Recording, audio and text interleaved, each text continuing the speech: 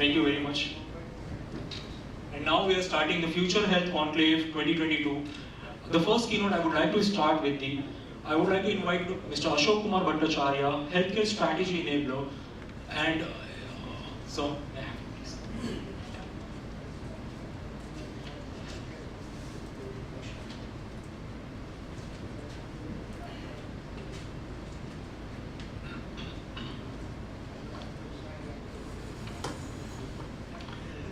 Good morning, ladies and gentlemen. It gives me immense pleasure to welcome you all this prestigious event, Future Health Conclave and Awards. I take this opportunity to sincerely thank Farooq Sheikh, the founder and CEO of Aristocrat Media, for inviting me as a guest of honor, and also giving me this opportunity to express my thoughts on the future of healthcare trends, technology, and new skills for success. My deliberation will focus on and revolve around the buzzwords of transformation, technology, innovation, and future of healthcare. In the last few decades, the Indian healthcare sector has transformed a lot and yet gained and grown from strength to strength. The disease profile, which was skewed more towards acute conditions compared to the chronic diseases, and over the last couple of years, India has mimicked the diseases of the West and has witnessed significantly high proportion of chronic ailments like diabetes, hypertension, cardiovascular diseases, diseases associated with the central nervous system, various types of cancers, and now rare diseases. The country has witnessed a rise in health consciousness and improved as well as increased diagnostic facilities. Although healthcare expenses is primarily out of pocket, we see a steady rise in insurance participation and also government funding, namely the Ayushman Bharat. The healthcare infrastructure has made a significant progress with the emergence of large corporate hospitals, increased medical colleges and hospitals, both in the private and government sector, increase in number of specialists and super specialists, emergence of both minimal as well as advanced diagnostic facilities, enabling early diagnosis and treatment. Alongside, an integral part of the healthcare, the pharmaceutical industry is at inflection point and is undergoing tremendous transformation, keeping pace with multiple environmental challenges, regulatory norms, pricing pressures, high cost of R&D, patent challenges, changing disease profiles, high stakeholder expectations, etc. In recent years, the industry has also witnessed lots of mergers and acquisitions at both global and local level, whether it is the hospitals or whether it's the pharmaceutical companies. The recent pandemic had tremendous impact in the healthcare sector, as was seen in all other sectors. I personally feel it drove all personnel to think differently as well as innovatively. Necessity is the mother of invention. The healthcare sector, like all others, learned the way to collaborate as a team and manage to deliver desired outcomes successfully. That's very important. Healthcare professionals adapted, adopted, and embraced technology in order to mitigate challenges, and like all other industries, learned working under adversities and constraints in a virtual as well as hybrid mode in an efficient, cost-effective manner, and also trying to deliver stakeholder expectations. Cross-functional working environment got strengthened. learned new ways of working and started redefining roles and responsibilities, skills and capabilities, and competencies. Supply chain got recognition as an important function. Training and development and employee well-being started getting more focus. The health tech shifted the paradigm of health accessibility. In the past 3 to 4 years, we have seen a great shift in the modus operandi of different sectors of our country. Healthcare is one of them. The major shift was the tech-based health startups like Medibuddy, Pristine Care, Dawa India, etc., to name a few. These types of startups have not only changed the whole paradigm about health, but also helped many people by making it accessible. In India, where healthcare treatment is considered as a service, it's a seva, and doctors are considered as God, unfortunately, there are still a significant percentage of population who does not have the access to the better healthcare services. In general, there are few barriers like cost, proximity, and awareness, etc. Where cost means the higher the price, the better the service one could get. Proximity means the distance of the doctor's clinic or hospital, and awareness means the right knowledge imparted to the patient. Satish Kannan, co-founder and CEO of Medibuddy, said, in start, we had one service of online doctor call. Then we took it offline. Then prescription, diagnostic. We tried to provide holistic service and also help them to take admission to the hospital and also home care and mental health. Absolutely true. On the question whether they are Amazon of health services, Satish Kannan added, it is the real thought process. Millions of people visit our website and many consult the doctor. Building a cancer hospital is tough, but providing valuable information is easy. We believe in a platform for service with a partnership of the specialist doctor, and it is a niche area. The medical tourism in India is the evolution and expansion and eminence which needs to be mentioned. India, as a country of affordable medical services, generates around 16.3 billion US dollar revenues. Not a small one. The Indian medical sector has tourists from across the globe. The presence of Ayurveda, naturopathy, and emphasis on wellness makes Indian medical practice more eminent than other countries. The countries line to follow the blend of traditional and scientific way of treatment attracts medical tourists from across the globe. However, the advent of pandemic has slowed down this compared to the previous phase. But there is a major challenge that I personally consider is we branded our services based on price. But we need to change that perception, because for longer run, we cannot compete in the market just based on price differentiation.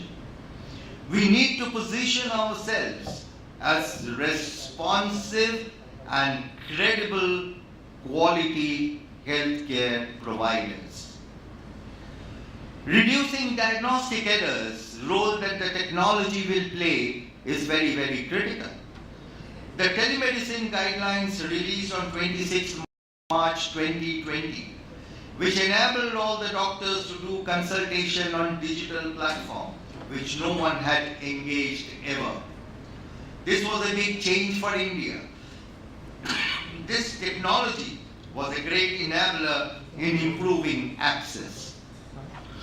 What artificial intelligence and machine learning can help do is basically point out true positives to the radiologist and pathologist and enable them to spend more time on sick people and not on samples which would be normal or near normal. It is not perhaps a challenge now to install MRIs, CT scans across the country, and technicians are there to operate such machines. However, it is still a challenge to get quality radiologists to read these machines. Such machines are now producing high quality images, and we need someone to analyze them. That is where, examples of areas like artificial intelligence for lung cancer screening, breast cancer screening can play a huge role. The other thing is the senior citizen care and offering a holistic care. India has the second largest elderly population in the world. It's growing at 4%, which is double the speed of India's population growth at 2%. Over time, India's senior citizens will account for 12% of the population. A senior citizen is prone to hospitalization because of chronic diseases, organ failures, etc. And hence, a healthcare system to look after them is essential. They require a holistic care, which includes operative care, mental care, through counseling and compassion. Aging with dignity is the mantra that Vaibhav Tiwari, co-founder and CEO of Portia, gave. The need for quality aging can be harnessed through companionship, spirituality, and traditional care. Mental well-being can also be achieved through meditation, yoga, proper diet, and engagement in day-to-day activities. Instead of making them fearful of their disease, doctors should assure them that illness is a part of aging and can be taken care of with appropriate treatments. The most critical factor in the Senior Citizen Care Center is the people working in it. They need to be empathetic and well equipped with the state of technology. Let us look at the public health policy and the role of remote monitoring in making this a reality. Public health is an entire discipline, and it subsumes doctors, medicines, and specialists, curing people and promoting health, but also preventing diseases to the extent possible. Public health also includes economies, epidemiology, and social science, and how you change people's behavior. This is something that the pandemic has shown us, that behavior change is very critical, and we need the behavior change going on forward. Dr. Urvashi Prasad, Director DEMO Niti Aayog, said that pandemic really gave a flip to digital healthcare, and the use of technology in healthcare and telemedicine is a very critical aspect of that. Alongside that, remote monitoring is also coming into the entire public health policy. Remote monitoring is crucial as the burden of chronic disease is increasing and the fertility rate is declining in India, and the senior citizens are increasing. So we have to see remote monitoring as a future. The acceptability of remote monitoring among citizens will increase only if their healthcare providers tell them that they believe in the technology. Unless the doctor believes that technology is actually helping the patient, it will be hard for the patients to believe as well. Let us look at the funding and the future of healthcare insurance in India. The healthcare financing through insurance is still 15 to 18%, which shows there is a large scope for this to increase.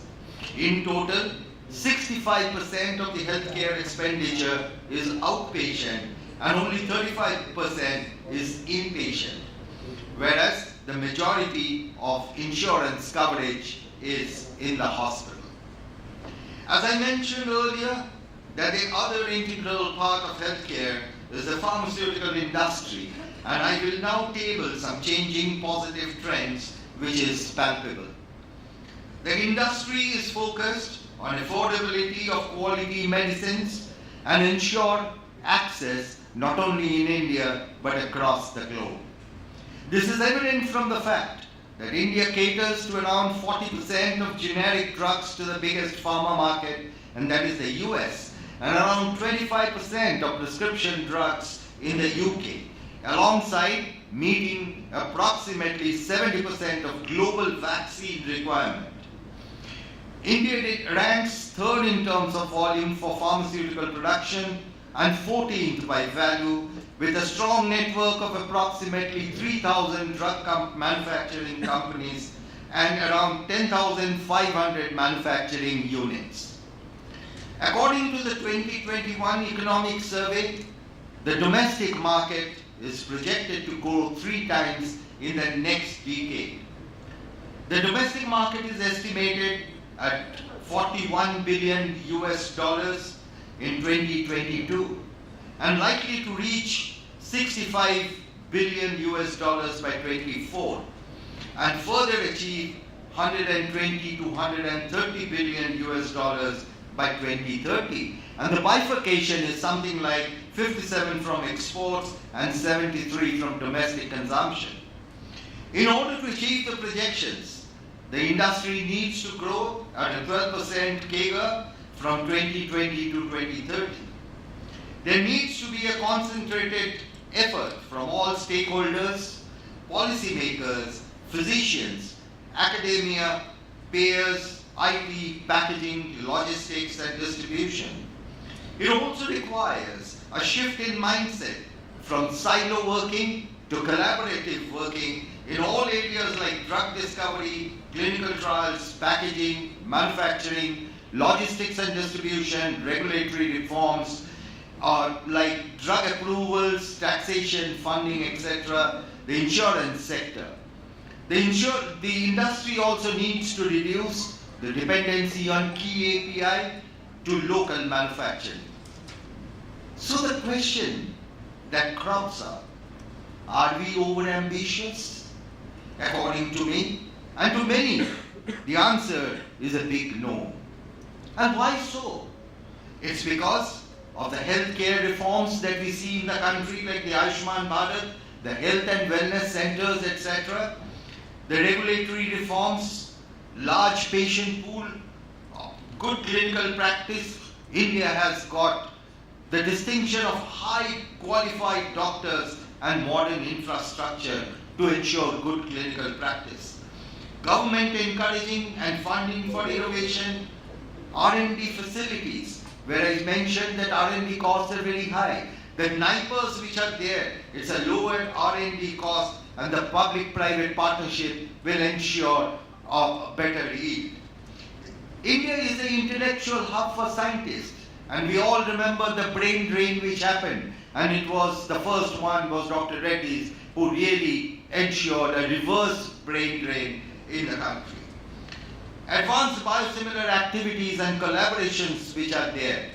India has established a strong presence in the global generics market by delivering high quality, low cost manufacturing capabilities, collaboration with global innovator companies through technology transfer.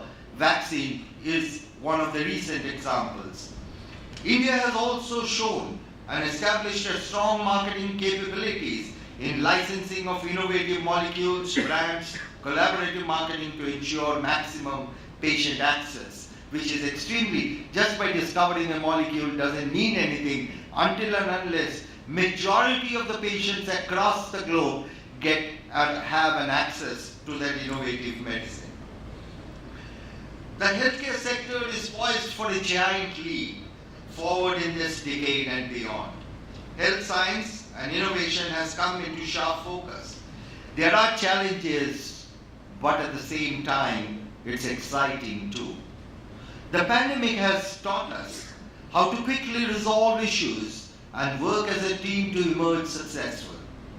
The change in mindset, adapting to the dynamics of the environment, embarrassing new technologies, exploring new geographies, keeping patients at the center of all activities is something which the pandemic has taught us. Let's look at these positive sides. Focusing on innovation, new chemical entities, biosimilars, patent access models, distribution and logistics model, marketing, packaging is of utmost importance for fueling the growth. Colleagues, now is the time and the future is brighter. With regards to the future trends, the most important focus will be on patient centricity, ethics and compliance, transparency, open and honest conversations, fair behavior while embracing diversity and inclusion as key working principles. Everyone across the sector has learned to be resilient, adapt and respond faster to changing environment innovatively at a lightning speed, which are critical to accomplishing future goals. To conclude, CEOs alongside with HR, with all departmental heads, and will be redefining talent requirements, roles and responsibilities, rewards and recognitions, compensation structure, employee well-being, benefit policies, invest on training and development, defining and creating a culture of teamwork, building robust contingency plan.